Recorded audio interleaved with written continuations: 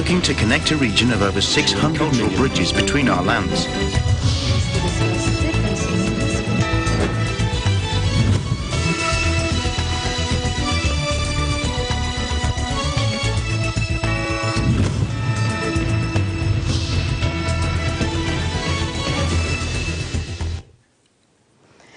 Hello and welcome to ASEAN in Focus.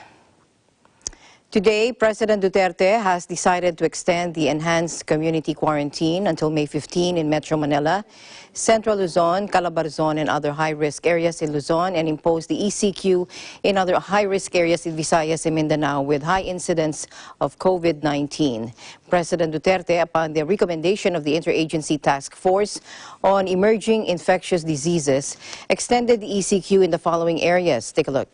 The National Capital Region, Calabarzon, Region 4A, Central Luzon, Region 3, and specifically in these provinces, Benguet, Pangasinan, Bataan, Bulacan, Nueva Ecija, Pampanga, Tarlac, Zambales, Batangas, Laguna, Cavite, Rizal, Quezon, Oriental Mindoro, Occidental Mindoro, Albay, Catanduanes, Antique, Iloilo, Cebu, Cebu City, Davao del Norte, Davao City. Now, presidential spokesperson Harry Roque said some of the listed areas like Benguet, Antique, Iloilo, Cebu, and Cebu City would still be subject to rechecking until April 30, and other areas will be placed under the so-called general community quarantine or the new normal. Let's listen in. Matapos pong makipagpulong ang ating presidente sa mga miyembro ng IATF, tinanggap po niya ang rekomendasyon ng IATF na ilagay po sa patuloy na ECQ ang NCR, Region 3, Region 4A at iba pang mga lugar hanggang Mayo 15 po. Ang mga lugar pong ito ay ang probinsya ng Benguet na po pwede pa pong magbago by April 30, ang NCR, ang Pangasinan na po pwede rin pong magbago by April 30, Bataan, Bulacan, Nueva Ecija, Pampanga, Tarlac, Zambales, yung Tarlac at Zambales po pwede pa rin magbago by April 30, Batangas, Cavite, Laguna, Rizal, Oriental Mindoro, Occidental Mindoro, Albay, Catanduanes, ang Antique at Iloilo, pareho pong pwede pang ma-recheck, ang Aklan at ang Capiz, pati na po ang Cebu at ang Cebu City na subject din to rechecking. Ang Davao del Norte, Davao City at ang Davao de Oro po na subject pa rin to resetting. Lahat pong probinsya na hindi napasama sa listahan nito ay mapapasailalim po sa general community quarantine. Yung mga areas naman po na low at moderate ay mapapasailalim nga po sa GCQ, ang new normal. Yung mga moderate na areas po ay ang mga probinsyang Negros Occidental, Negros Oriental, Siquijor, Davao del Sur, Davao Oriental, Sultan Kudarat, Lanao del Sur.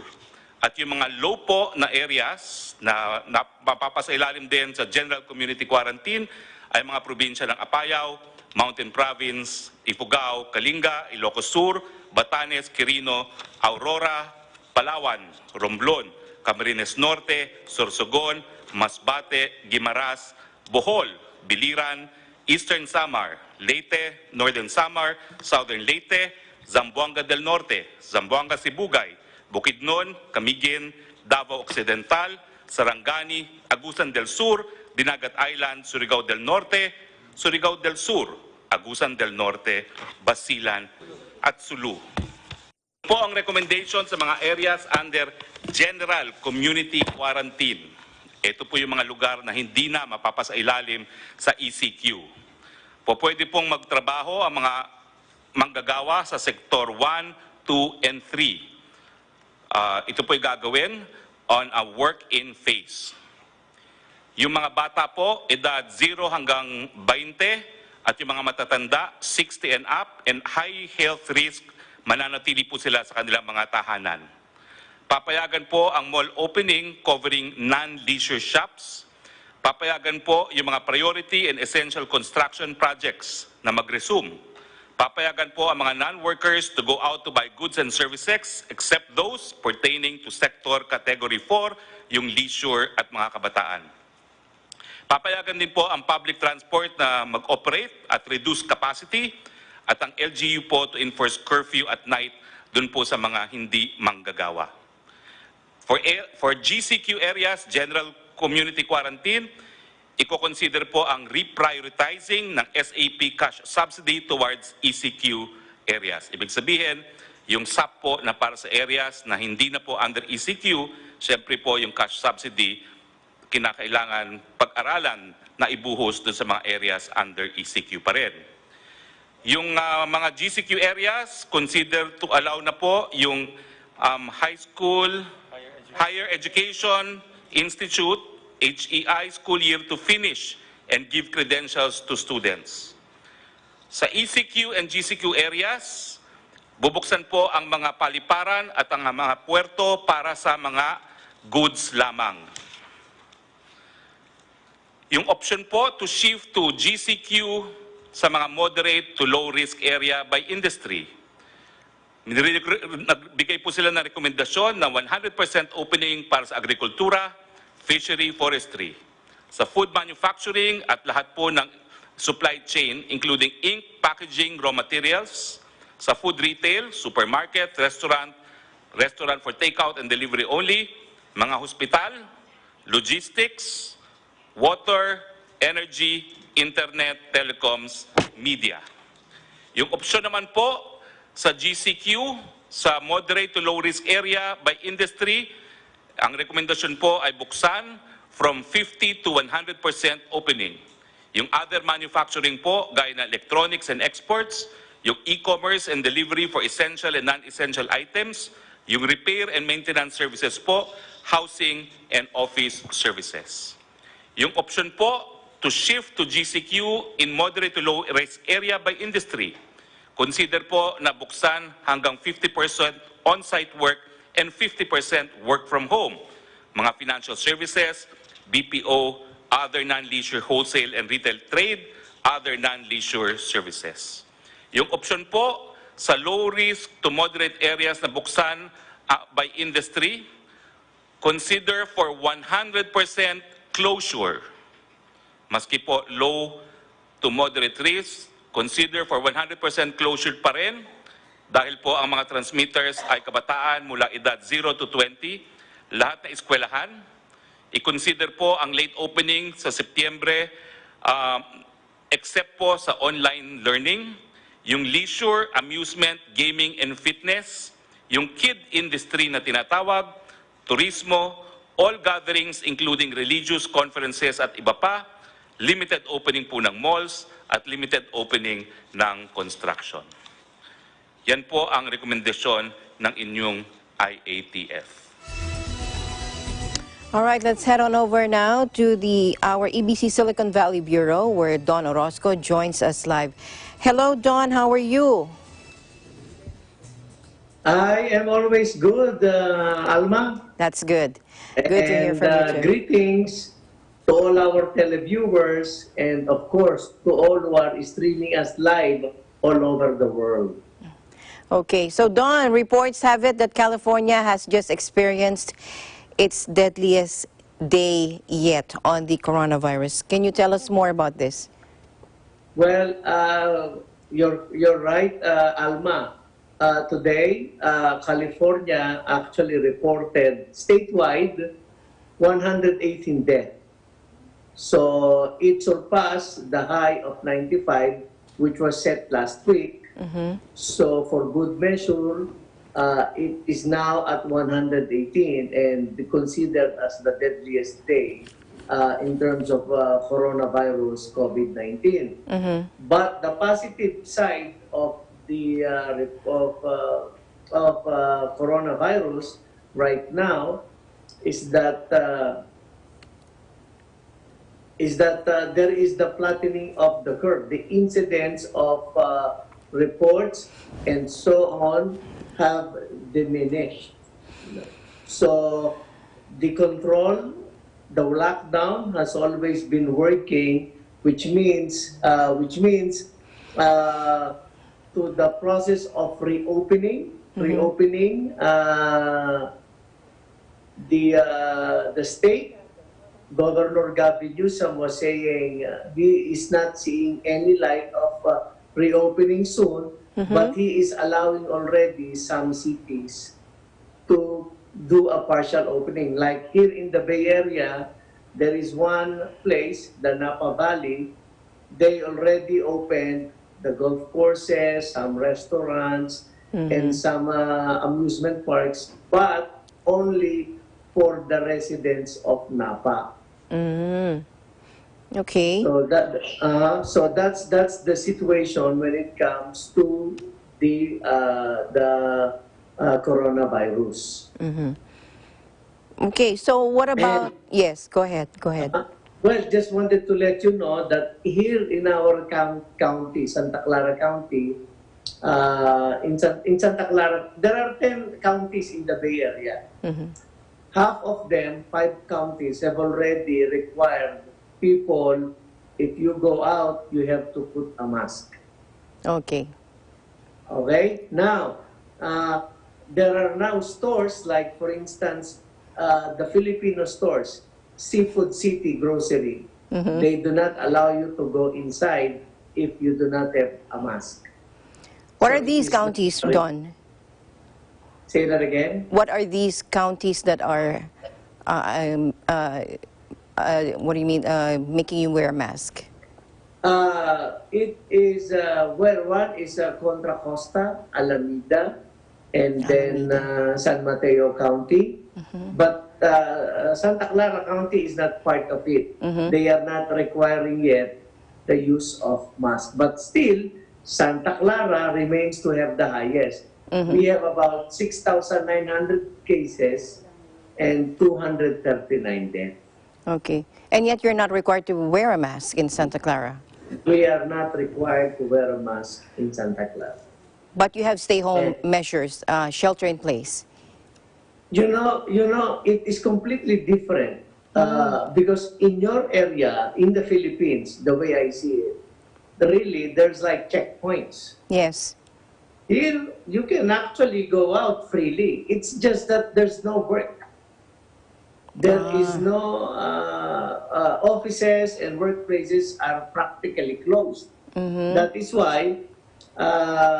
why just last week there were another 4.4 million new filings for unemployment, Okay. making it a total of 26.4 million unemployed Americans, 3 million of which are in California. And of the 4.4 million who filed last week, 500,000 are from California.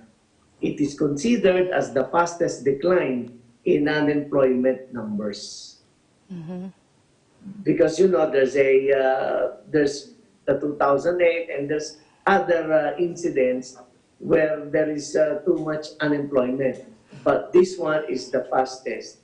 And What happened to the paycheck that you're supposed to get from the stimulus package? Yeah. That's the good news.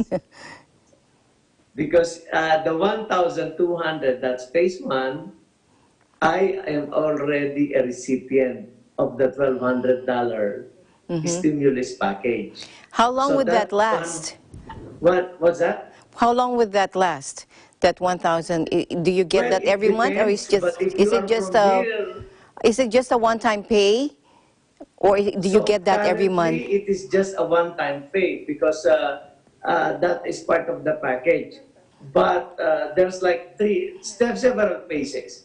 We are on the third phase, which will release 484 billion in total. Pero these are all for small businesses and student loans. So those are the things. And then healthcare, part of it is in healthcare, and some are also for paychecks for companies that still try to operate. So those are the things that is happening currently right now. But and again, Governor Newsom will probably do, and Duterte as well, extending the lockdown stay home policy that is in place. Another good news, Alma, is the air quality. Oh, yes. Air I think it's quality everywhere, right now in California is 6% better. That is why a lot of our local executives here in California have already requested the state officials to really work on the Clean Air Act, on how do we actually take advantage of it right now. Very good. And before I let you go, what about the how is our Filipino community over there? How are they doing? Do you have any word on how they're doing? Well, right now there's really nothing much I can hear from any Filipinos, but I am actually interviewing some business owners who actually own restaurants, so on and so forth, and then I will report that to you later. But the good news is that in LA, in Los Angeles, the consul general there and Consul General Adel Cruz actually is continuing to transporting, repatriating crew members. So of different cruise ships here. Yesterday, last Sunday actually, there were 97 crew members sent home, and they were crews of MS Norwegian Joy, 32 from Regent Seven Seas Mariner. And this is in cooperation with the Foreign Affairs and CF Sharp, that's the manning agency. So all in all, there are more than 1,100 Filipinos already repatriated safely back to the Philippines. So that's the latest when it comes to news for the Filipino community. All right. Again, reporting live here in Silicon Valley, this is Don Orozco, and we live in interesting times. Meanwhile, Saigon is slowly going back to normality after an easing of virus measures over there. That and more from our EBC correspondent, Chriselle Lacuna. Hello, Chriselle. Hi, Elma. Good to see you again. How are you? You too. Doing good Okay. despite the pandemic. Okay, so let's hear some good news from Vietnam. So Vietnam reported no new case of novel coronavirus disease on Friday morning, the 8th consecutive morning so far. The national tally is still unchanged at 268, with 224 having fully recovered. Infection rates have slowed since April 4th, 3 days after the country started practicing intensive social distancing. Of the 268, Alma, 221 are Vietnamese, 47 are foreigners, while 44 is still in recovery or still active cases. No virus-related fatalities have been reported in the country to date. Ho Chi Minh City continues on banning bars, clubs, cinemas, and any gatherings of more than 20 people in public until further notice, according to the Municipal People's Committee. Also, the authorities have decided to allow inter-province long-haul buses, taxis, and Grab services to resume operations after the central government relaxed social distancing meant to slow the COVID-19 transmission. More vehicles turned up on the roads, stalls and vendors prepared to reopen, and joggers filled public parks for their morning exercise once again in Ho Chi Minh City. Yesterday was the first day of relaxed social distancing measures after weeks of restrictions. Just to share some good news, Alma, there is a current heartwarming humanitarian effort going on here called the Zero Vietnam Dong Happy Supermarket. It's located at District 3 of Ho Chi Minh City. What they're doing is that they are offering shoppers 5 items of their choosing free of charge with a combined value of 100,000 Vietnam Dong. It's equivalent to $4, something like that. From any of the store's 3 departments, food, clothing, and books, as part of a bid to mitigate the impacts of the novel coronavirus disease on the city's most vulnerable residents. Customers maintain at least 2 meters apart while queuing at the said supermarket. As of right now, the supermarket plans to keep the store running for a month. They say they will likely to close if the pandemic will end soon and people's lives can return to normal. If things become worse, they said they will keep operating for another 3 to 6 months to help people during these challenging times. There's also a stand D at the supermarket with a Vietnamese motto on it that translates to take if you are in need, leave for others if you are doing well. Lastly, Alma, Vietnam's internet speed is fully restored as cable repairs complete. Vietnam's internet speed has been fully restored after the Asia-America Gateway submarine cable, which broke down on April 2, was successfully repaired this week, a local internet service provider has confirmed. The repair was completed in 5 days from April 17 to 21, restoring the bandwidth for all internet connections through the AAG cable, previously disrupted by a problem on the Vietnam-Hong Kong section. So this is a 20,000 kilometers first submarine cable system. The full restoration of internet speed is particularly welcomed by Vietnamese users as novel coronavirus disease. Social distancing has led to upsurge in demand for the bandwidth department services. The most notable example is the exploding popularity of video conferencing and remote learning tools. According to the Vietnam Internet Network Information Center, the average fixed broadband download speed reached 61.39 Mbps as measured from 30,000 domestic users in Q1 of 2020. For mobile networks, the average download speed was 39.4 Mbps, according to the report published on April 20. Compared to the foreign reports on the same query, this result was 45% higher for fixed broadband and 18.17% higher for mobile. That's all from Ho Chi Minh City, Vietnam. Alma? Thank you very much, Chriselle, and also for your time. I know you're very busy. And stay safe, always stay healthy. Thank you. Thank you. Reporting from Ho Chi Minh City, Vietnam, this is Chriselle Yacona. We live in interesting times. And over in Phuket, Thailand, Mary Grace Alvarez joins us live. Hello, Mary Grace. Hello, Miss Alma, and good afternoon to all. Good afternoon. Okay, what are your updates for us? So here is the update in Phuket, Thailand, according to thetiger.com.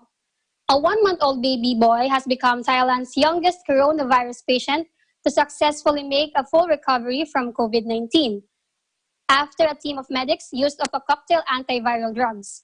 The pediatrician in charge of the baby's care says that the strategy used to treat the baby was to give him medication for 10 days.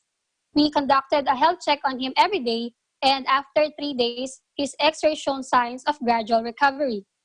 In addition to that news, Ms. Alma, outside Bangkok, the island of Phuket has had the second highest number of COVID-19 infections.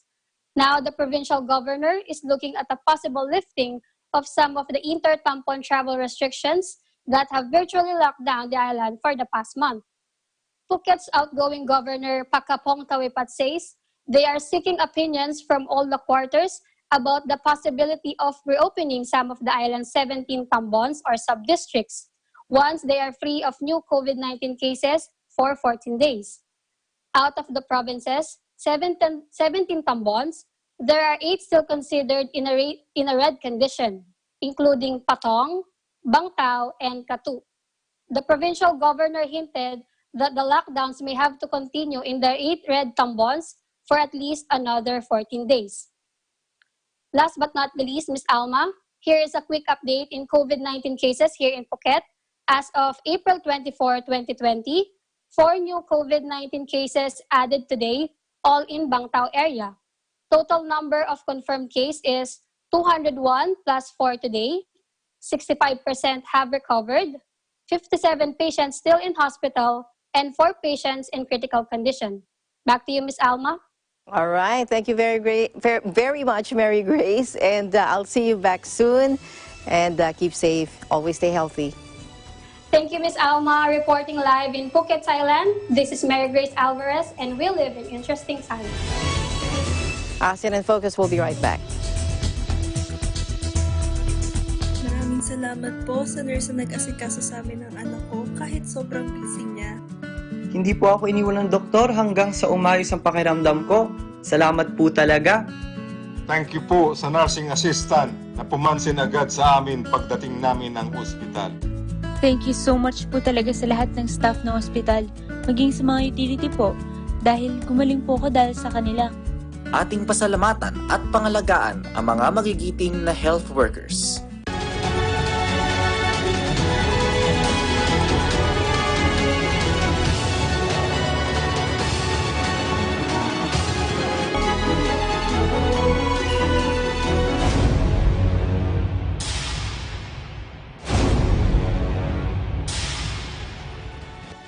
This program is presented by SMC Infrastructure, building a better world. Co-presented by Canrib Corporation, your ventilation and air conditioning specialist. Vita Herbs Philippines Green Coffee, masarap, mabango, at healthy pa. Kubert Industries Incorporated, Trading and Services, the cooling expert.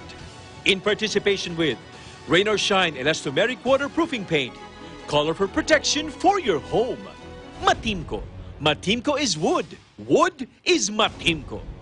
R Square Variables Incorporated, your trusted UPS supplier and UPS maintenance provider in Luzon, Visayas, and Mindanao. CompuZell Computer Services, ID card and lanyard manufacturer, DN Steel, EMAC UPVC Roof Corporation. Skyway Stages 1 and 2, the elevated toll road system project, run from a section of the South Luzon Expressway from Alabang to Magallanes, Makati. The Skyway Stage 3 is an elevated expressway connecting the South Luzon Expressway through the existing Skyway Stages 1 and 2 to the North Luzon Expressway via Balintawak. Skyway Stage 4 is an 80-kilometer mixed elevated and at-grade toll road that will connect the existing Skyway system, starting from the FTI section all the way to Bulacan.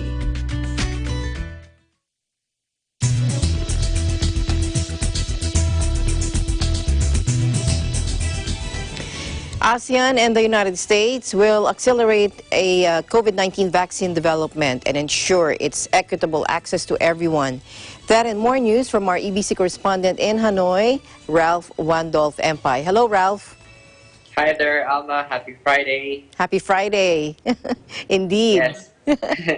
Yeah, yesterday, Alma, at a special meeting on COVID-19, foreign ministers stressed that the ASEAN countries and the US are committed to accelerating the COVID-19 vaccine development and ensuring equitable access to vaccines.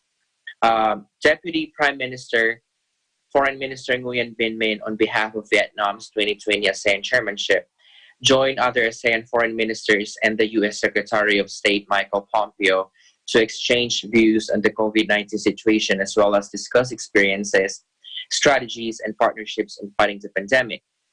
Foreign ministers agreed on information exchange, capability improvement, and policy cooperation as critical solutions to respond to medical emergencies in the future. They also made commitments to support each other's citizens who are affected by the disease and coordinate actions to minimize socioeconomic impacts caused by the outbreaks. Now, the two sides also stated to take efforts to stabilize markets, maintain the global and regional supply chains, especially for essential goods, as well as exchange mechanisms to recover economies by incentives of ASEAN-USA partnership for regional optimization within the political, security, and social-cultural communities or prospect, and inclusive growth in ASEAN through innovation, trade, and e-commerce. Now, referring to the regional and international situation, the meeting emphasized that in the context that countries are focusing their efforts and resources on the fight against epidemics, it is necessary to maintain the regional order based on laws and regulations, ensure peace, stability, security, and rule of law in the region. Foreign Minister said more than ever, countries need to increase confidence and transparency, avoiding any activities that complicate the situation. Deputy Prime Minister Min presented measures carried out by the Vietnamese government and positive outcomes in preventing and controlling the pandemic in the country, adding Vietnam would keep collaborating with the international community, including the US and World Health Organization, in pushing back COVID-19. He also asked the US for support in terms of technology, research, and treatment. At the same time, ensure rights and equality of ASEAN citizens living in the US. Singapore's Foreign Minister Balakrishnan emphasized the significance of working with ASEAN and dialogue partners to ensure the openness of trade lines and supply chains, especially for medical supplies and food. Maintaining open trade would help ASEAN countries' economies recover quicker post-virus, he said.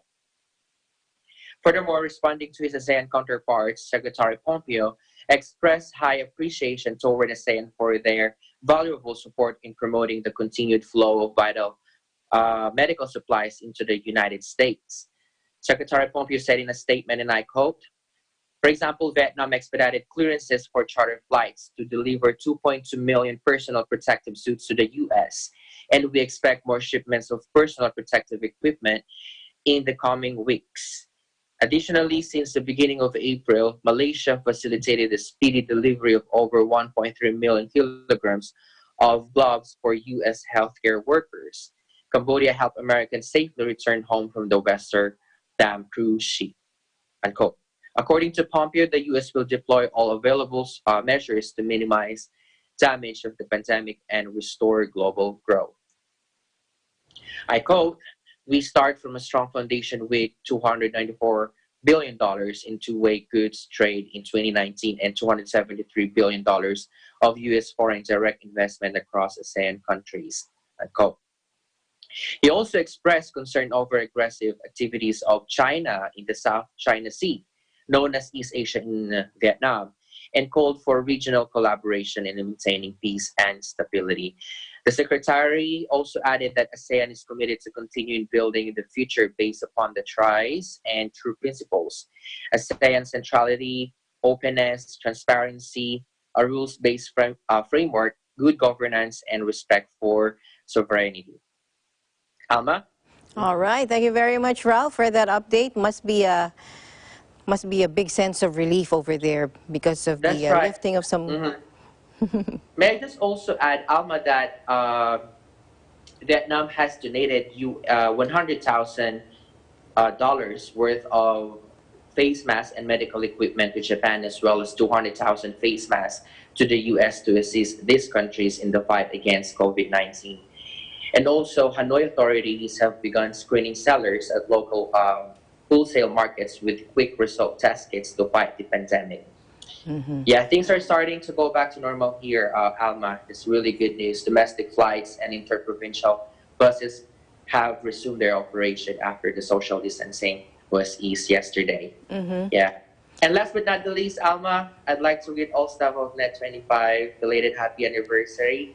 I'm sorry I forgot to greet you guys yesterday. Thank you so much. Actually, it's advanced. It's on the 26th? 26th. Oh, 26. Oh, okay. So yeah. advanced. Yeah. Thank you so right. much. Thank Reporting you. live from Hanoi, Vietnam. This is Ralph Pandong, and I believe in interesting times. Thank you, Ralph. Let's head on over to Malaysia. The movement control order will be extended by another 2 weeks. Here's Ruby Tunawin with the details. Hello, Ruby. Hello, Alma. Good afternoon. Good afternoon, yes, Ruby. This is it. The movement control order implemented to curb the spread of COVID-19 in the country has been extended by another 2 weeks, which is now until May 12 and instead of April 28. In a live address here yesterday, Prime Minister Muhyiddin Yassin said during this period, the government would review the latest data from the Health Ministry to determine the next step, adding he was not ruling out a further extension.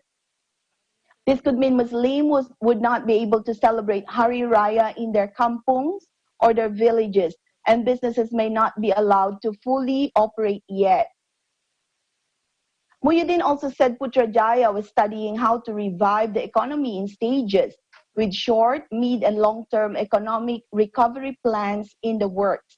However, he added that since the movement control order has been extended by another 2 weeks, the government will consider reopening several more sectors of the economy.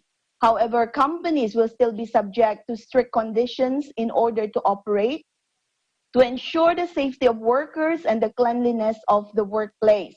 Now, he said detailed guidelines will also be provided to investors and the corporate sectors to resume their companies' operations.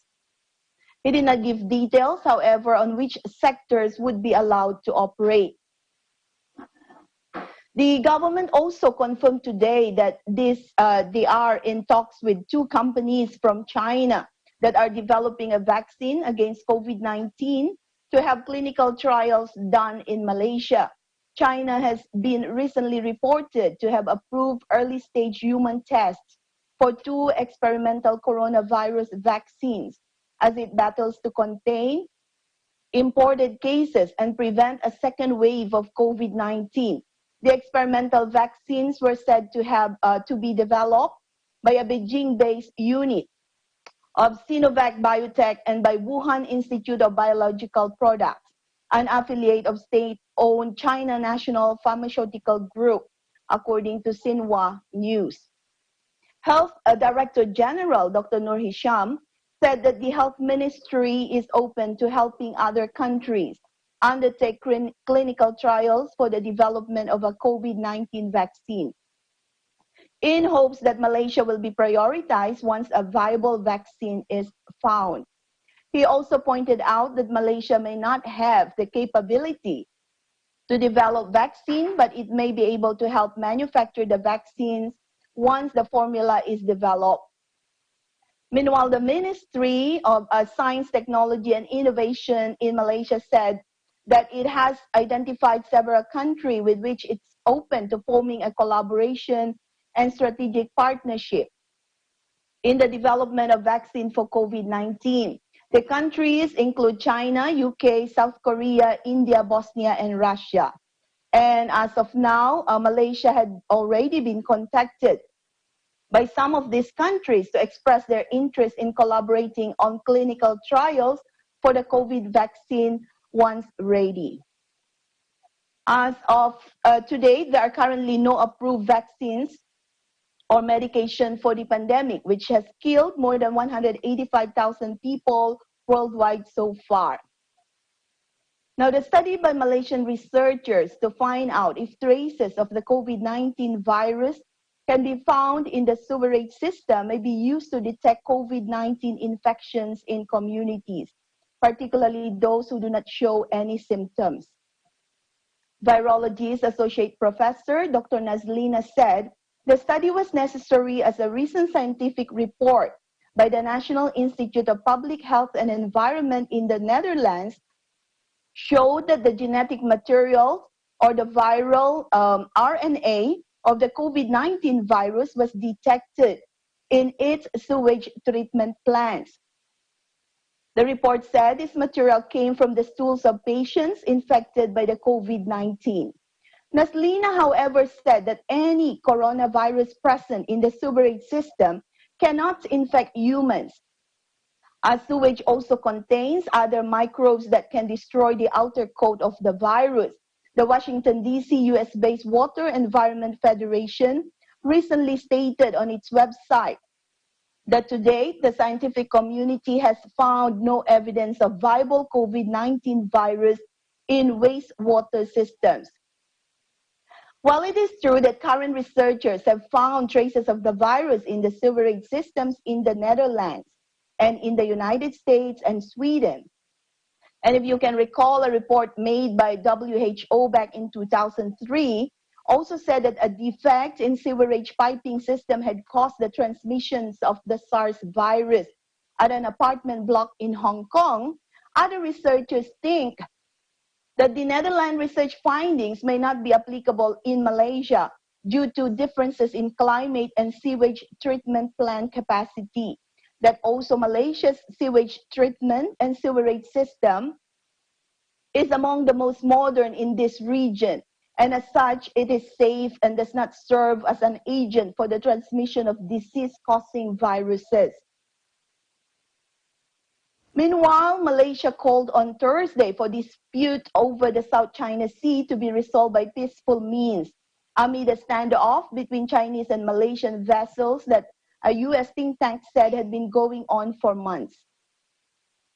U.S. and Australian warships arrived in the South China Sea this week, near an area where a Chinese government survey vessel, the Haiyang DZ-8, has been operating close to a drill ship under contract to Malaysian state oil company Petronas, regional security sources have said. The standoff was the latest development in a series of targeted harassments by Chinese vessels of drilling operations in 5 oil blocks off the Malaysian coast in the past year, said Greg Pauling, director of the Washington-based Asia Maritime Transparency Initiative. The area is near waters claimed by Vietnam, Malaysia, and China, which claims most of the energy-rich South China Sea through a U-shaped 9-dash line on its maps not recognized by its neighbors. China has denied reports of a standoff, saying the Haiyang DZ-8 was carrying out normal activities. Foreign Minister Datuk Seri Hishamuddin Hussein said in his first official remarks on the standoff that Malaysia hold the view that the South China Sea should remain a sea of peace and trade. Thus, matters relating to the South China Sea must be resolved peacefully based on the principles of international law, including the United Nations Convention on the Law of the Sea, 1982. He also expressed concern that while international law guarantees the freedom of navigation, the presence of warships and vessels in the South China Sea has the potential to increase tensions that in turn may result in miscalculations, affecting peace, security, and stability in the region. Hishamuddin added that Malaysia has also been working on solutions to the issue with all relevant parties, including China and the United States. The U.S. has called on China to stop bullying tactics in the South China Sea and accused Beijing of pushing its presence in the disputed waters while other claimants are preoccupied with the coronavirus. Alma? All right. So, just like here, your quarantine measures or COVID-19 measures or stay-at-home measures are extended until May 12. That's right.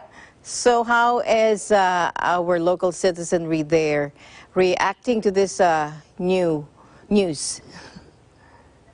Well, you can start to feel the change in the atmosphere because more and more people are beginning to lose their jobs. Say, for example, in the Filipino communities where basically there are 3 main types of workers here. One are those who are working as domestic helpers, those who are working in F&B and the professionals.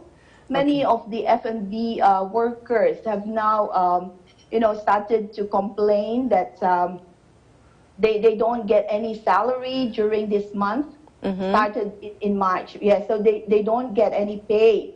And also some of them were also being told that, okay, we cannot renew your contract.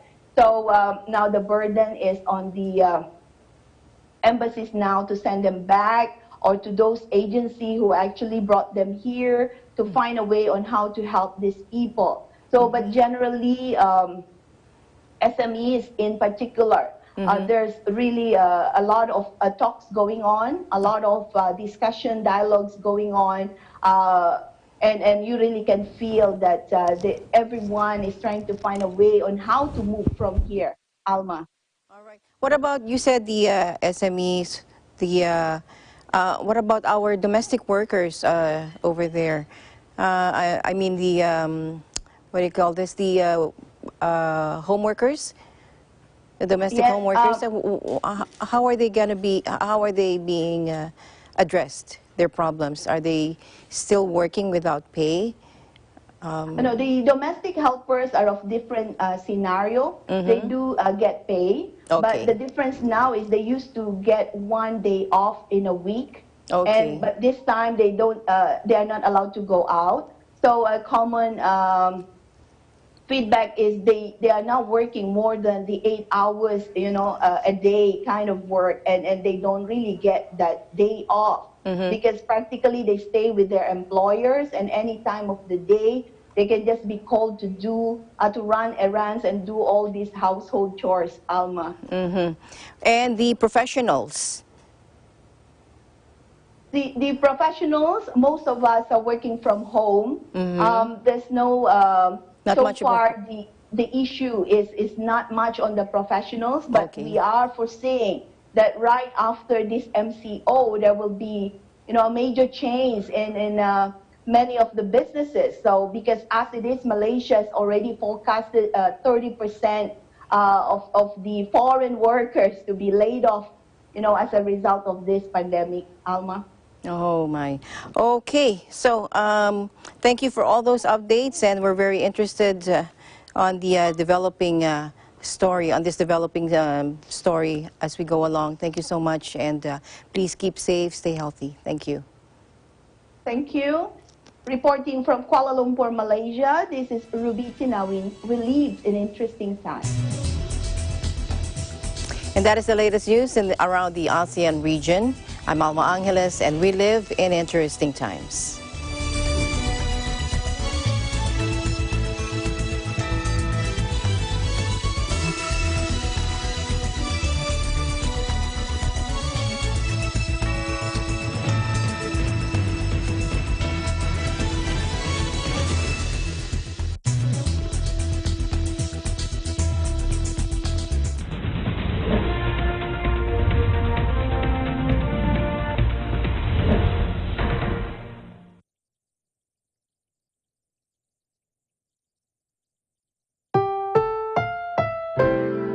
Ang susunod na programa ay rated PG.